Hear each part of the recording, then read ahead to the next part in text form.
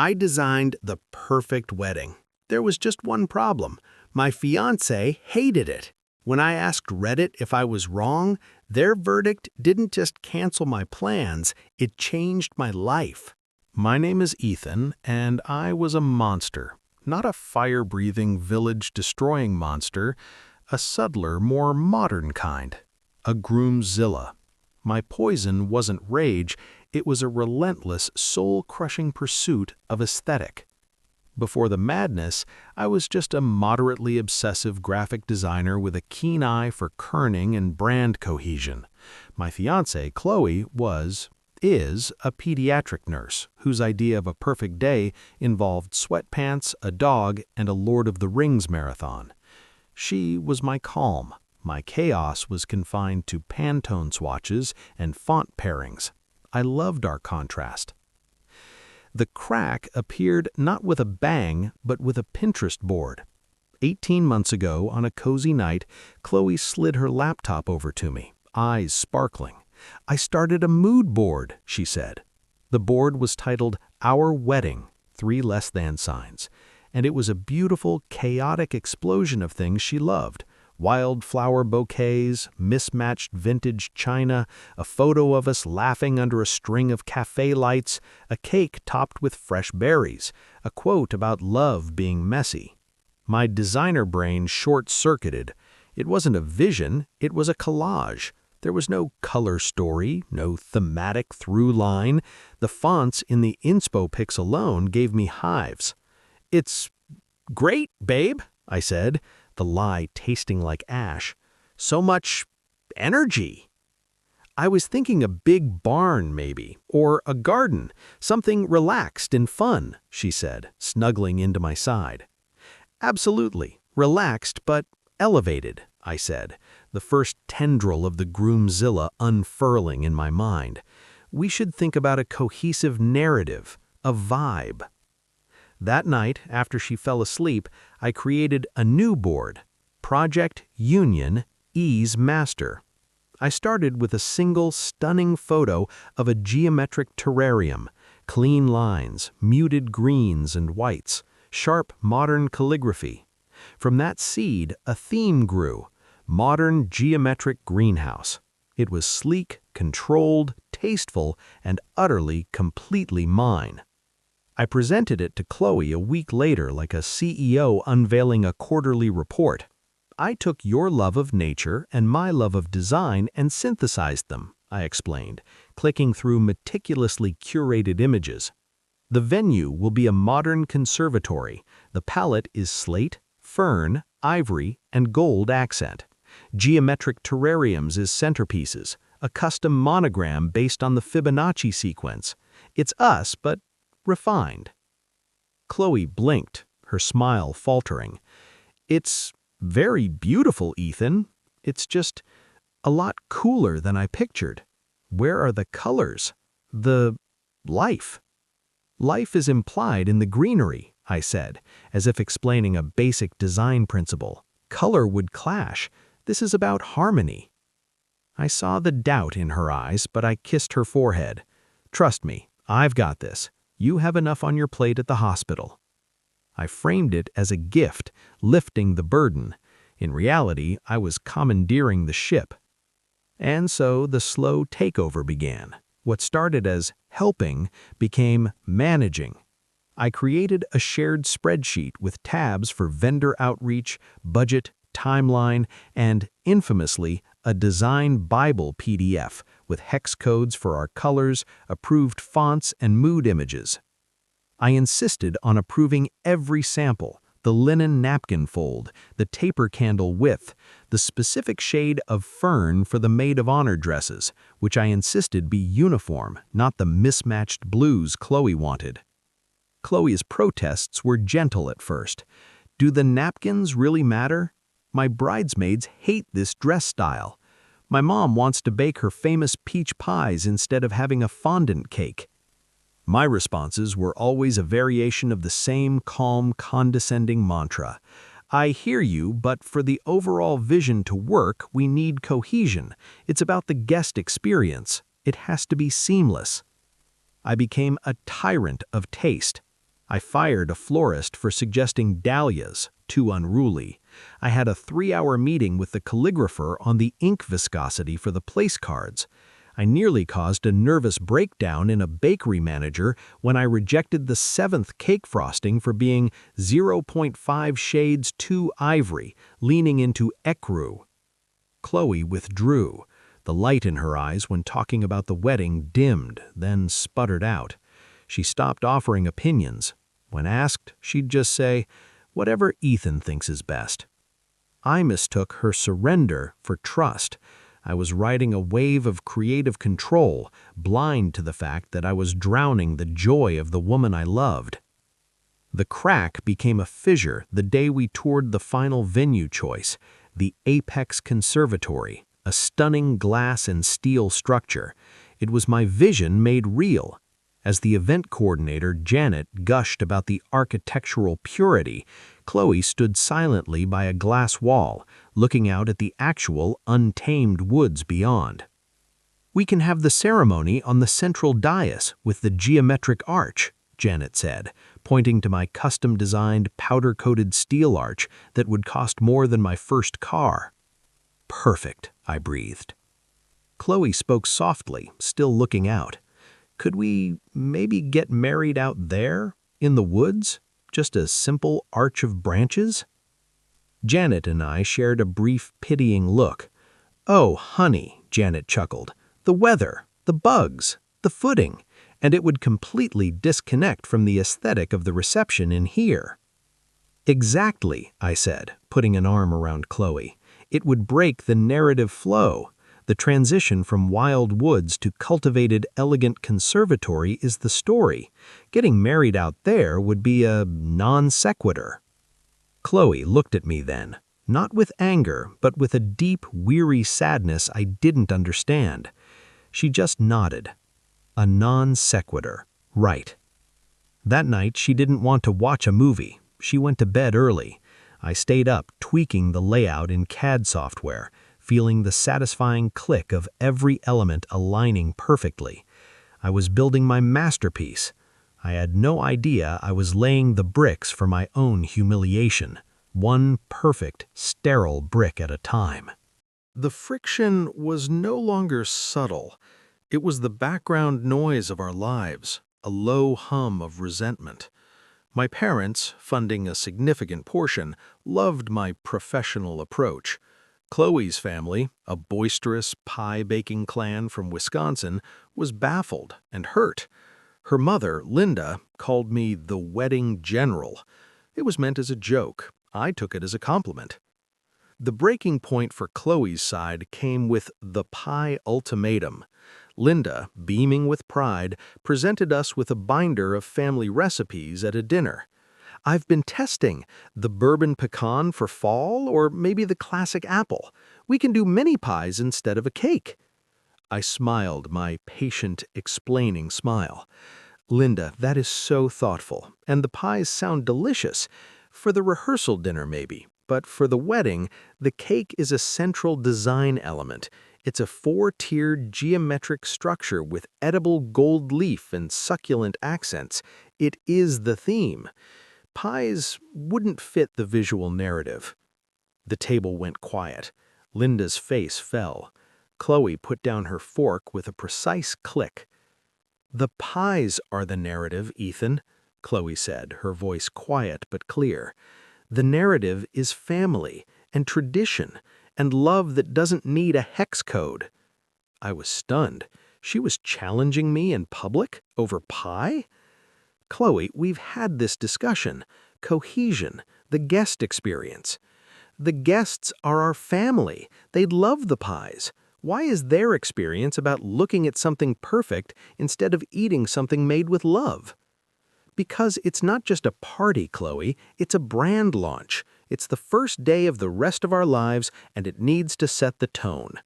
The words burst out of me before I could filter them. Dead silence. Chloe stared at me, her eyes wide with horror. "A brand launch?" she whispered. "We're a brand now?"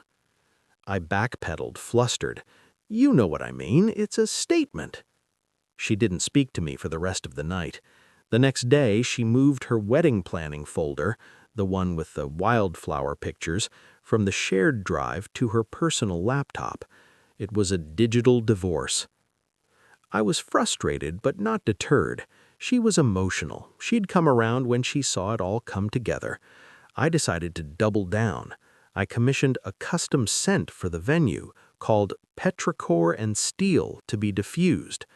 I hired a graphic designer friend to create animated assets for a custom wedding app I'd designed for guests to access the timeline, menu, and our love story video. The final straw was the wedding website. Chloe had written a beautiful, funny, heartfelt story of how we met. I took it and rewrote it. I made it wittier, more concise, with thematic echoes of structure meeting nature. I changed "We bonded over a mutual love of terrible 80s movies" to "We discovered a synergistic alignment in our appreciation for curated nostalgia." When she saw the published site, she finally erupted. "You rewrote how we fell in love to fit a theme? Ethan, who are you? This isn't fun anymore. This is a waking nightmare. You've taken every single thing that was supposed to be about us and turned it into a museum exhibit about your own taste." "I'm trying to give us a beautiful day," I shot back, genuinely bewildered by her anger. "Why are you settling for chaotic and cute when we can have iconic and impeccable?" "Because I am chaotic and cute, and you used to love that. Now you're trying to design me out of my own wedding. I don't even recognize you." She fled to her best friend Mia's apartment. That's when I made my fatal error. Convinced I was the rational one being attacked by hysterical resistance, I turned to the internet for validation. I posted on Am I the Asshole, framing it as a clash between vision and compromise.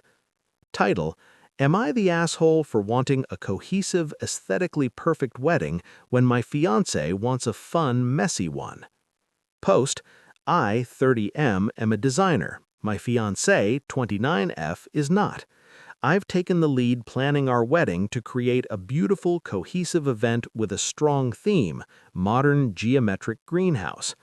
I'm handling all details: design, vendor coordination, timeline. My fiancé initially wanted a more eclectic, wildflower barn vibe, but seemed to cede planning to me. Now, with 3 months to go, she's blowing up at every detail. She's angry I won't let her mom bake pies instead of our custom geometric cake, that I chose uniform bridesmaids' dresses, that I rewrote our How We Met story on the website to be more thematic. She says I'm being a controlling Groomzilla and designing her out of the wedding. I say I'm investing immense effort to give us a perfect, elegant day that reflects well on us as a couple. Am I the asshole for sticking to the vision? I posted it and waited for the cavalry of reasonable, design-minded people to ride in. The initial comments were not what I expected. "You/party over perfection, you are the asshole. Dude, you rewrote your love story? That's pathological. You/barn wedding fan, reflects well on us as a couple? It reflects well on you. She hates it.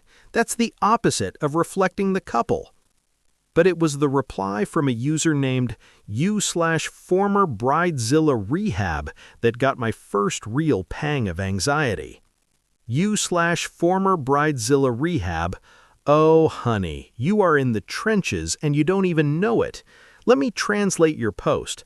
I unilaterally decided on a theme my fiancé doesn't like, made all decisions without her, rejected her family's heartfelt contributions, and literally rewrote our personal history to fit a marketing brief.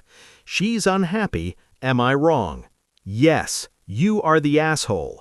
This isn't a design project. It's her wedding too. You're not building a brand. You're supposed to be building a marriage, and you're using her special day as your personal portfolio piece." The comment had 2K upvotes in an hour. My post was gaining traction, but the tide was firmly against me. People weren't debating shades of ivory. They were diagnosing my relationship. My notifications blew up with variations of Groomzilla, controlling, and she should run. Then the fissure became a canyon. Chloe's best friend, Mia, found my post. Of course she did. She screenshotted the entire thing along with the roasting in the comments and sent it to Chloe with the caption, "Is this for real?" Chloe didn't call, she didn't text. She forwarded the screenshot to me. No message, just the image of my own words held up to the light of public opinion and found to be grotesque. It was the most potent silence I had ever experienced. I had sought public validation, and instead I had publicly invited the world to witness how I was hurting the woman I loved. The walls of my perfect geometric world began to tremble. The earthquake wasn't a single event. It was a seismic cascade triggered by that screenshot. First, the internal tremor, shame. Hot, acidic, all-consuming shame.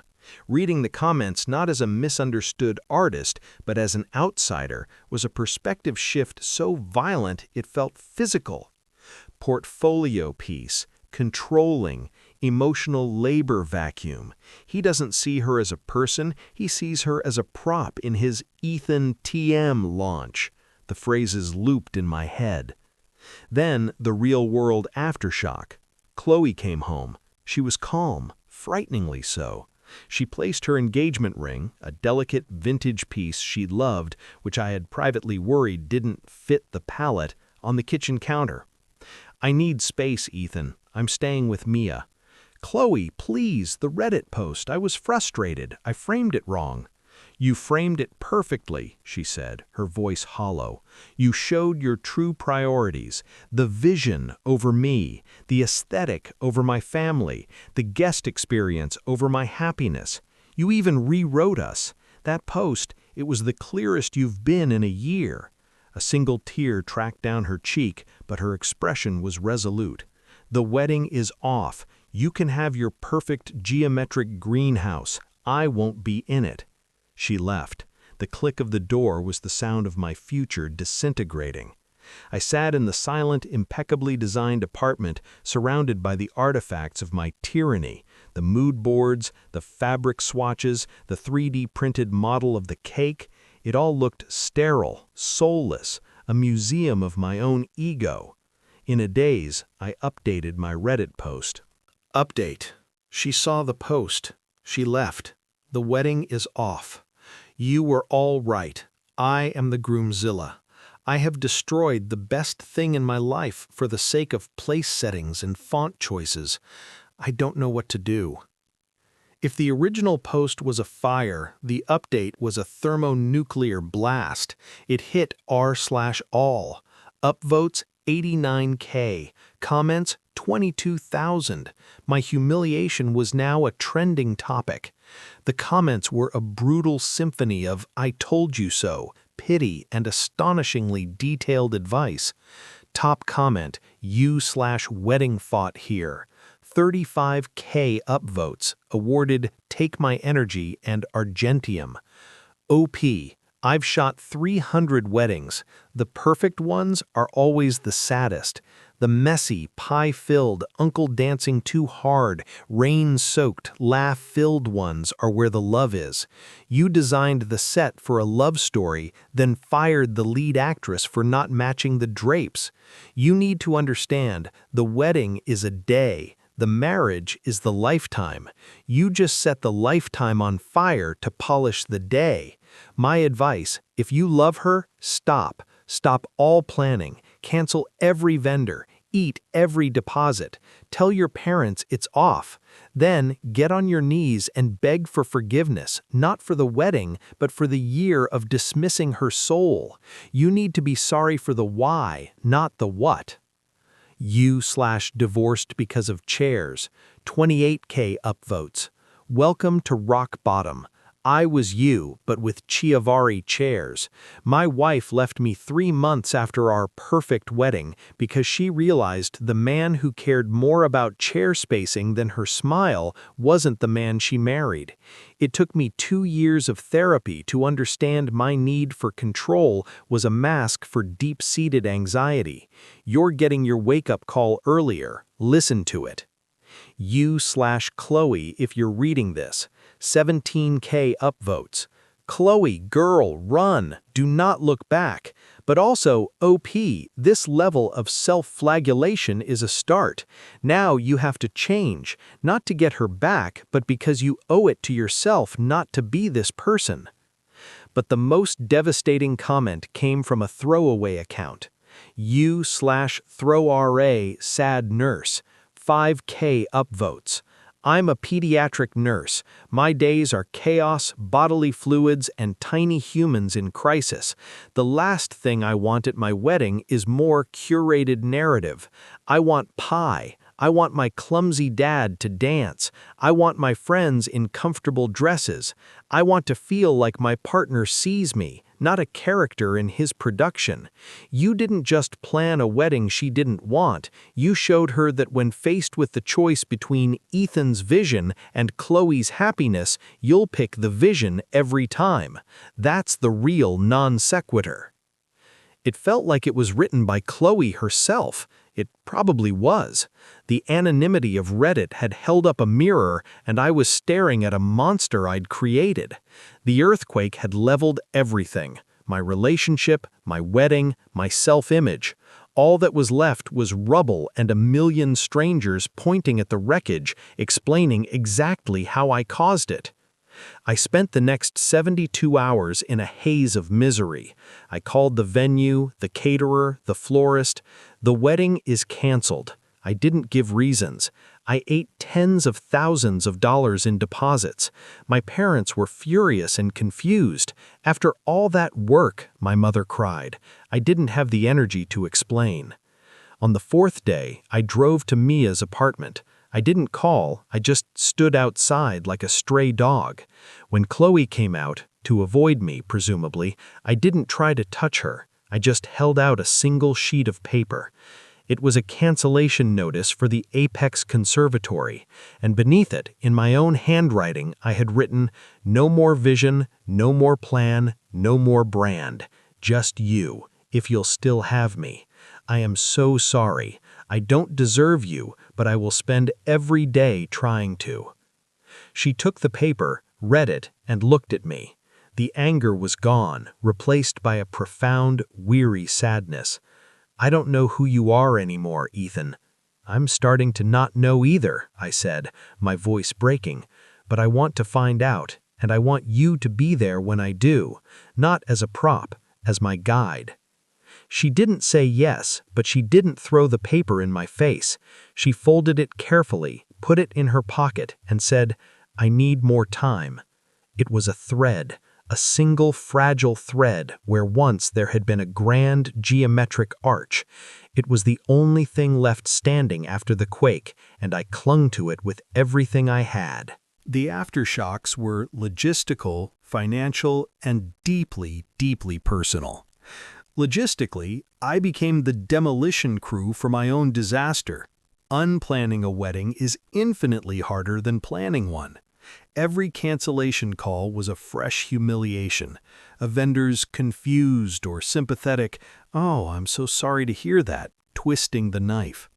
The custom geometric arch was non-refundable.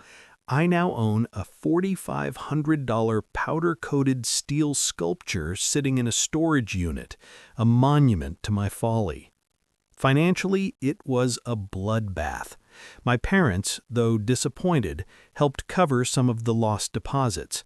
I drained my savings for the rest. The perfect day had cost me over $30,000 and had given me nothing but debt and despair. But the personal aftershocks were the real reconstruction. Chloe didn't come home for a month. We went to couples counseling. The first session was a forensic examination of my Groomzilla behavior. The therapist, A kind but no-nonsense woman named Dr. Evans didn't let me hide behind aesthetic. "Ethan, you used control and vision as a way to manage anxiety about the transition of marriage," she said. "But in doing so, you made Chloe feel invisible. You replaced partnership with dictatorship. The wedding became a threat, not a celebration."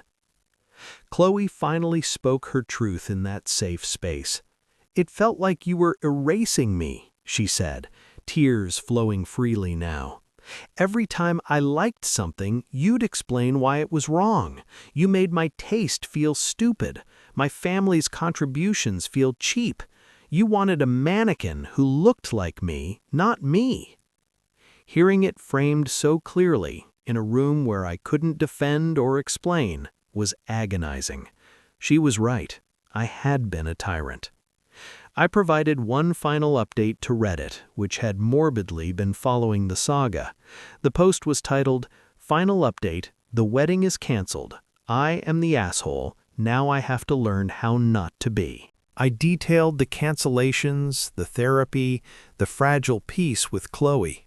The comment section, once a courtroom of my condemnation, transformed into a surprisingly supportive group therapy session. Top comment on update, you/wedding photo here, 42,000 upvotes. OP, this is the best possible outcome that wasn't the one you wanted. You're walking through the fire. Most people never get this wake-up call, or they get it too late. The fact that she's in counseling with you is a miracle. Don't waste it. Listen more than you speak. For a year, you screamed your vision. Now, be silent and hear hers. You/designer with empathy, 18,000 upvotes. Fellow designer here, I get it. The urge to make everything right is a powerful demon. You confused your professional skill, making things look good, with a relationship skill, making someone feel loved. They are not the same. Your new design project is Ethan 2.0, the partner. No mood board needed, just actions. Chloe moved back in after 2 months of therapy. It was different. The apartment felt less like a showroom and more like a shared space.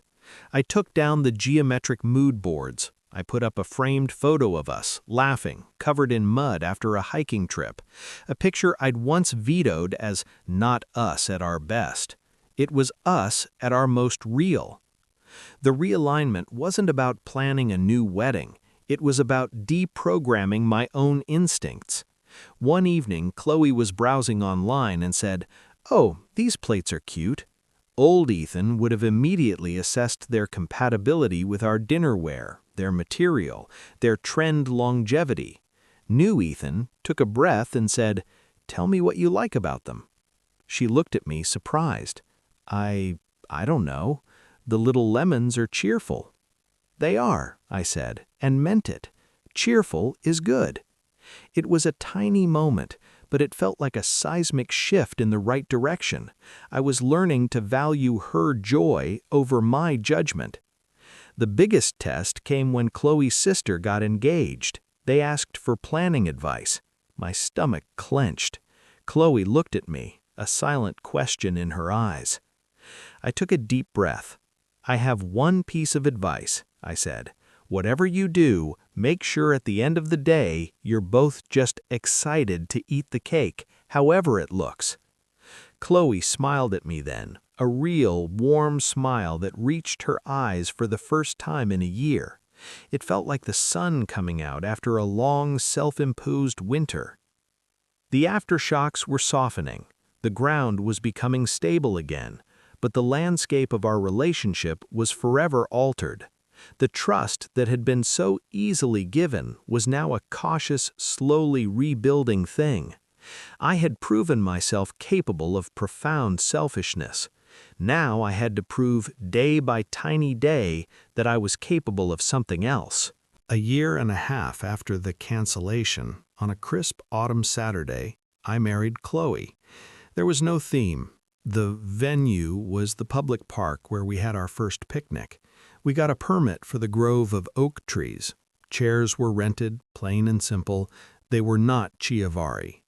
Chloe's mother, Linda, baked 8 kinds of pie. They sat on a long, rustic table with mismatched cake stands, looking gloriously, deliciously chaotic. There was no geometric cake. We cut a bourbon pecan pie. Her bridesmaids wore whatever blue dress made them feel beautiful. They were a stunning spectrum from navy to cornflower. My groomsmen wore their own gray suits. Chloe's dress was lace and simple. She had wildflowers in her hair. She looked not like a magazine spread, but like the most radiant, authentic version of herself. My breath caught in my throat when I saw her. I stood under an arch made of fallen birch branches and twinkle lights, assembled by Chloe's dad and my brothers the day before. As I waited, I felt a peace I hadn't known was possible. There was nothing to manage, no narrative to uphold, just a moment, terrifying and beautiful in its simplicity. When she walked toward me, there was no curated soundtrack, just the sound of leaves crunching and the sniffles of our loved ones. We wrote our own vows. Mine were short. I said, "Chloe, I promise to always choose the pie. I promise to look for the wildflowers, not the color palette. I promise to love the messy, real, wonderful you more than I love any idea of you. You are my only vision." She cried. I cried. Everyone cried. It was perfect. The reception was in a nearby community hall. We had a local barbecue caterer. The playlist was a collaborative effort from all our friends. It jumped from classic rock to hip-hop to show tunes. My dad gave a rambling, embarrassing, heartfelt speech. Chloe's maid of honor roasted me mercilessly with a knowing wink that said, "You got better, you idiot." At one point, I stood at the edge of the dance floor, watching Chloe laugh with her nursing friends, a paper plate of pie in her hand. My best man, Ben, sidled up to me, beer in hand. "You know," he said, "for a guy who wanted the most Instagrammable wedding ever, this is kind of aggressively un-Instagrammable." I looked around at the paper plates, the mismatched chairs, the sweaty, happy people dancing badly to shout. I saw Chloe throw her head back and laugh, a fleck of pecan on her cheek. "Ben," I said, my heart so full it felt like it might burst, "this is the most beautiful thing I have ever seen." And I meant it, not despite the chaos, but because of it. The imperfection was the point. The love wasn't in the presentation, it was in the participation. Reddit, in its brutal, anonymous wisdom, was the wrecking ball that cleared the ground for this to be built. They didn't just call me an asshole, they held up a mirror so I could see the fear driving my control, the fear of imperfection, of chaos, of a future I couldn't design. By shattering my illusion of control, they forced me to choose. Did I want a perfect wedding? Or did I want Chloe? I chose Chloe, and in doing so, I got the wedding I never knew I wanted, one that reflected us, messy, heartfelt, full of pie and love and second chances. I am Ethan. I was a Groomzilla. Now I'm just a guy who is grateful for forgiveness, for therapy, for wildflowers, and for the day the internet collectively told me to shut up and listen. It was the worst and best thing that ever happened to me. It destroyed my perfect plan, and in the rubble, I found something infinitely better. A real beginning. That's it for today's stories. If you want to see more of the best threads Reddit has to offer, make Reddit Be Mine a part of your daily routine. Hit that subscribe button and the notification bell so you never miss a heartbeat. Thanks for watching, and I'll see you in the next thread.